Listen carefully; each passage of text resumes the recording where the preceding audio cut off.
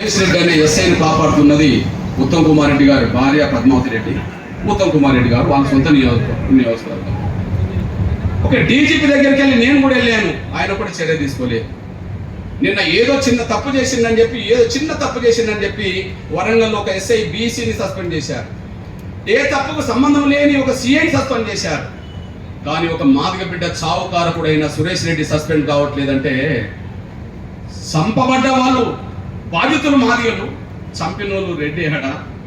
కానీ చంపిన రెడ్డిని రెడ్లు కాపాడుతుంటారు, కానీ చంపబడ్డ మాదిగల బిడ్డల వైపు మనోళ్ళు ఎవరు లేరనేసి మీరు మర్చిపోదని సరైన బాధ చెప్తున్నా. నేను ఒక విజ్ఞప్తి చేస్తున్నా. ఉద్యోగం వచ్చింది, ఇప్పుడు ఎస్సీ యాక్ట్ పరంగా ఉద్యోగం వచ్చింది, ఒక ఇల్లు వచ్చింది, ఎస్సీ యాక్ట్ పరంగా ఇల్లు వచ్చింది, ఏదైనా జరుగుతున్నాయి, అదంతా జరుగుతున్నాయి. సస్పెండ్ ఎందుకు జరుగుతలేదు? నేను అన్నా, నువ్వు ఎస్సీ కమిషన్ చైర్మన్ కదా, లాకప్ డెత్ జరిగింది, ఆయనను దారుణంగా కొట్టి చంపారు, చావడానికి కారణం ఈయనే అని చెప్పి ఎస్సీ అని చెప్పి సమాజం అంటుంది.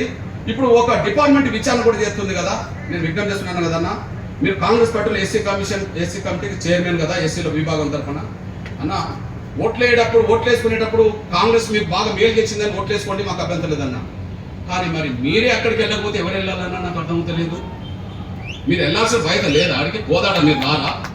కోదాడ ప్రపంచంలో ఎక్కడన్నా ఆకాశం ఉన్నదా? కోదాడ మీరు పోరా? మీది ఉమ్మడి జిల్లా ప్రీతం, మీది ఉమ్మడి జిల్లా, మీరు ఎక్కడన్నా పోయిండ్రా? ఏం చేసావు? ఎస్ఐ సస్పెండ్ కావద్దా? మీరు వెళ్ళద్దా? మీ బాధ్యత లేదా?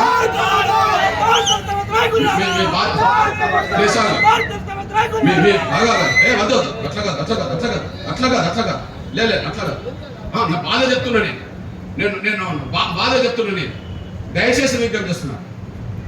ఆ అభిప్రాయం తప్పవుతే లాకప్ డెత్ కాదనుకుంటే అన్న, కాంగ్రెస్ లో ఇద్దరు పోలీస్ డిపార్ట్మెంట్ లో పనిచేస్తుండన్న కాంగ్రెస్ లో ఒకరు ఎమ్మెల్యే నాగరాజు ఉన్నాడు, మన మాల సోదరుడు. ఒకరు సాంబయ్య ఉన్నాడు, కాంగ్రెస్ పార్టీలో ఉపాధ్యక్షుడు హోదాలో సాంబయ్య ఉన్నాడు. ఓకే, ఇద్దరు పోలీస్ డిపార్ట్మెంట్ అన్న. మీరు పోతే మీరు పోండి, లేకపోతే కనీసం ఆ ఇద్దరితో ఒక కమిటీ ఏర్పాటు చేయమండి. వాళ్ళిద్దరు నిజంగానే లాకప్ డెత్ జరిగిందంటే సురేష్ రెడ్డిని సస్పెండ్ చేయండి, జరగలేదంటే నేను ఎక్కడ మాట్లాడకుండా ఉంటాను. నేను దయచేసి ఈ ఒక్క విషయంలో మీరు అపార్థం చేసుకోకుండా మాదిగ బిడ్డలు కాపాడుకునే పాత్ర మీరు చేయాలని. మేము కాంగ్రెస్ వ్యతిరేకం, ఈ తరానికి వ్యతిరేకం కాదన్నా. అన్యాయం జరిగిన చోట న్యాయం జరగాలని నేను కోరుకుంటున్నా. మన పక్షాన్ని ఉండదలుచుకున్న రోజు కూడా భవిష్యత్తులో ఖచ్చితంగా ఉండే అవకాశం వచ్చినప్పుడు ఖచ్చితంగా ఉంటాం, కానీ అన్యాయం జరిగినప్పుడు మాత్రం మీరు కొద్దిగా అండగా నిలబడాలని నేను కోరుకుంటూ, భవిష్యత్తులో ఇట్లాంటి ప్రమాదాలు మనకు రాకుండా చూసుకోవాల్సిన అవుతున్నది. అదే సమయంలో అంతో ఇంతో 100% మాదిగ కమిట్మెంట్, దళిత కమిట్మెంట్, పేద వర్గాల కమిట్మెంట్ ఉన్న నాయకుడే మనకు మంత్రి వచ్చాడు. ఆయనకు అవమానం జరిగితే మనకు కూడా అవమానమైన విషయం ఆలోచించుకుంటూ, అవమానం జరగలేదని మాత్రం చెప్పొద్దని విజ్ఞప్తి చేస్తూ ముగిస్తున్నా.